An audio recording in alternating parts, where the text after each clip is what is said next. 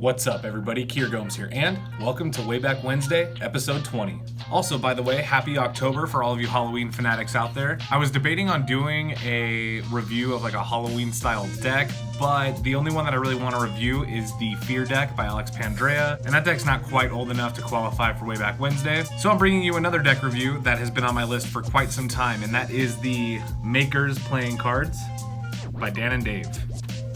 This is a deck that definitely qualifies. This deck is from 2016, and it is a through and through luxury deck of cards. So for all you fanatics out there, this one's for you. Before we get started, please do drop a like on this video and subscribe if you haven't already. Without further ado, let's roll that intro and get you guys on your way.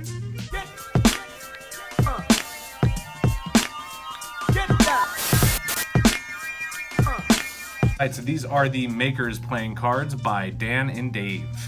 The tech case for this deck is done almost in complete gold foil. There is a matte black cardstock somewhere under there, but it's definitely hard to see through all of this shiny, shiny gold. So, as you can see on the front, it says, Small Batch Makers Special Reserve. Made true, revered quality for all beholders. Forged in USA. Crafted for the Order of the Makers by the Buck Brothers and Company. Tribute to the many world doers. So that is quite a lot to be written on the tuck case, and as you can see, covered completely in foil. Looks really, really nice. One side of the tuck case says produced by Dan and Dave Industries. The other side says designed by the studio of Chad Michael. The bottom has some ad copy about the deck done in gold. The top says Dan and Dave Industries, but you get this nice red, bright red, very long custom seal. Looks super amazing, looks so good. The back design is a foiled version of the back design of the cards. Inside the tongue flap, it says approved by the Buck twins, and then has the Dan and Dave emblems there on the inside. You can also see that there is a lot of foil on the inside of the tongue flap, so just completely done in foil. This is one of the most bling tuck cases I have ever seen, and I like it. I'm really into it. That's a very, very classy looking tuck case. So let's take a look at the cards. All right, so the back design of the cards looks like this. It is not done in gold foil, but it is done in gold ink. You can see it has thin white borders and then just has this giant field of gold and detail in there. If you look closely, it says 14 featured makers at the top and bottom, and then order of makers kind of in banners in the middle, and then has a spade pip above and below both of those banners with a ton of gold scroll work in there. There's some swords in the middle, a little globe there. It genuinely has so much detail, and to do that in gold ink is not easy. So Dan and Dave, I praise you both for pulling that off. All right, so let's start with ad cards. You are gonna get a Buck Twins ad card. It has a black face with gold ink and just has the Buck Twins emblem there in the middle.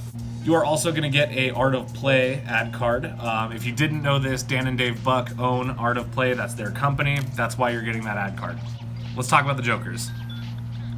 You are gonna get two identical Jokers that have this kind of Aztec feeling to them. It has a kind of sugar skull pirate there in the middle with just a bunch of nice kind of Aztec style line work behind them. These are done completely in black and white, and I think they look great.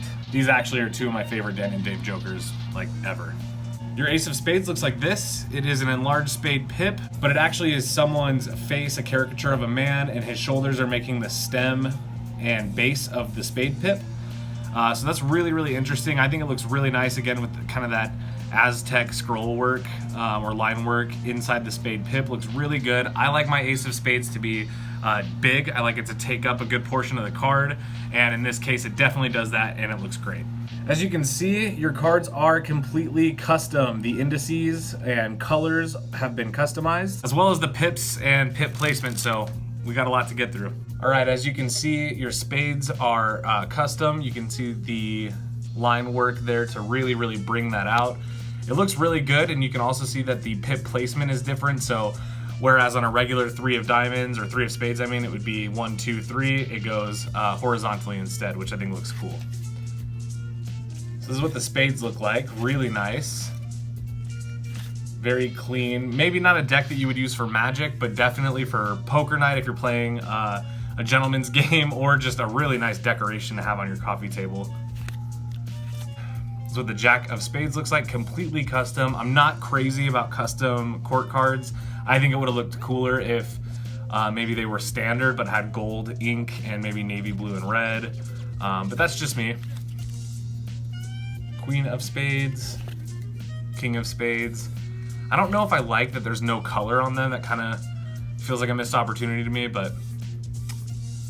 All right, then your diamonds look like this. They are dark, dark maroon. Almost looks black, but they are not. Same pip placement though, looks really cool. I actually really like the diamonds. The 7 of diamonds, look at that, it's amazing.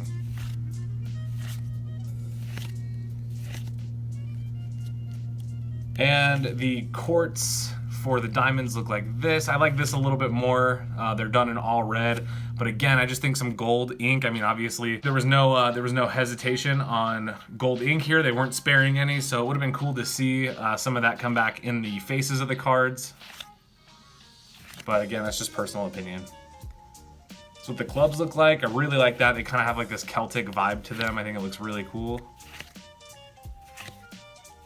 Yeah. And finally, your hearts look like this.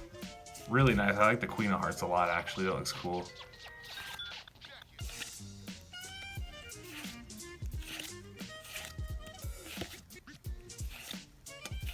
Definitely feeling the hearts. All right, now there's a lot of detail here, so I'm just gonna insert some B-roll with a closer look at the face cards themselves, but specifically the courts, because there is so much to get through. So here we go.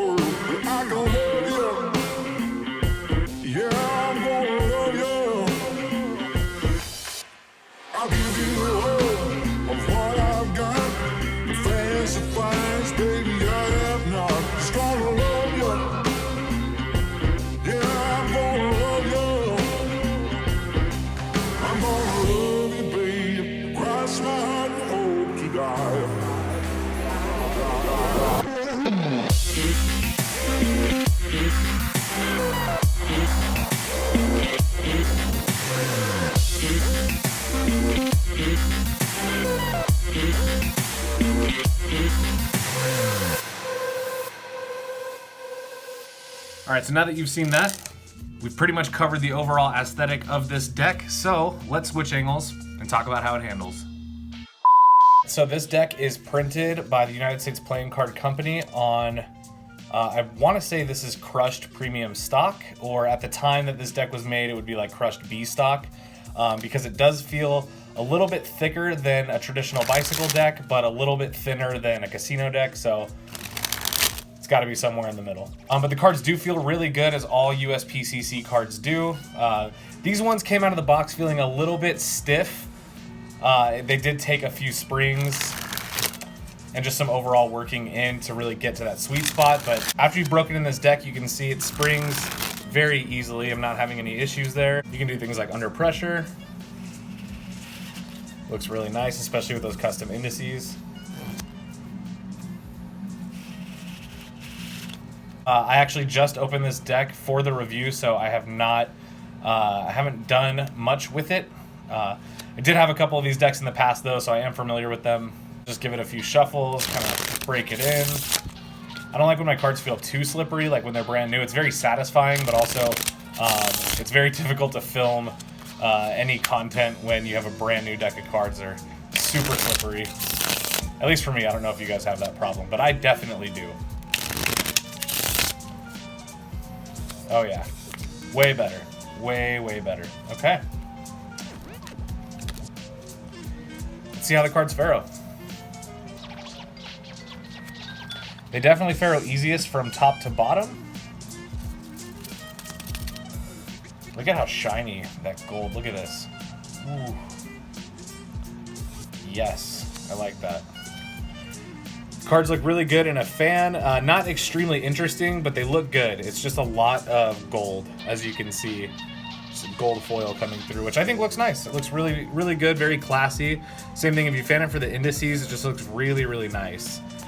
This is definitely an elegant deck of cards. I would highly recommend. I feel like this is something that like the Gentleman Wake would play poker with or something. So I actually wouldn't even say that this deck was made for things like cardistry, and I also wouldn't say that it was made for things like Magic. So I would say, if anything, this is really just a collector's type deck.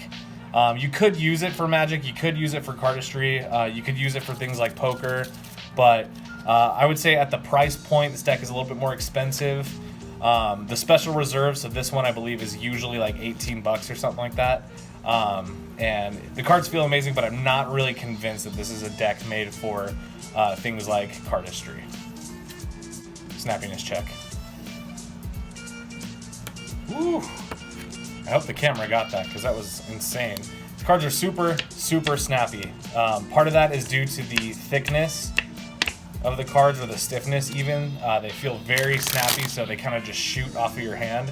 If I had to compare this deck in terms of the way it feels to any other deck, I would say it probably feels the most like maybe the Blood Kings by Illusionist, if you guys remember those, but a little bit softer because they have that Dan and Dave love to them. So they feel a little bit softer and a little bit more broken in than the Blood Kings, which I've also reviewed on this channel. And if you only have newer decks of cards, like if you're new to cardistry and Magic, I would say maybe they feel a little bit like the Peelers V2. So kind of like that thicker card stock. It's a little stiffer, but lasts you forever and feels really good. Kind of feels like that. And there you go. Well guys, thank you so much for watching this week's episode of Way Back Wednesday and my review of the Makers Playing Cards by Dan and Dave. If you're interested in picking up this deck, it may still be available on their website, but it is a little bit pricey. I think I picked this one up for like 15 bucks. But I will say, for you card collectors out there, and especially you Dan and Dave fanatics out there, this is definitely a good deck to have. Also, if you guys have any ideas for any reviews or Way Back Wednesday episodes that fit the Halloween time style, please comment them down below, and if I have it, I'd love to review it. Also, make sure you guys do drop a like on this video, and make sure you're subscribed and enable those notification bells, because we have some pretty big stuff coming up. All right, guys, all that being said, I hope you all have a wonderful rest of your Wednesday. I know I will. And I'll see you guys in the next one. Peace.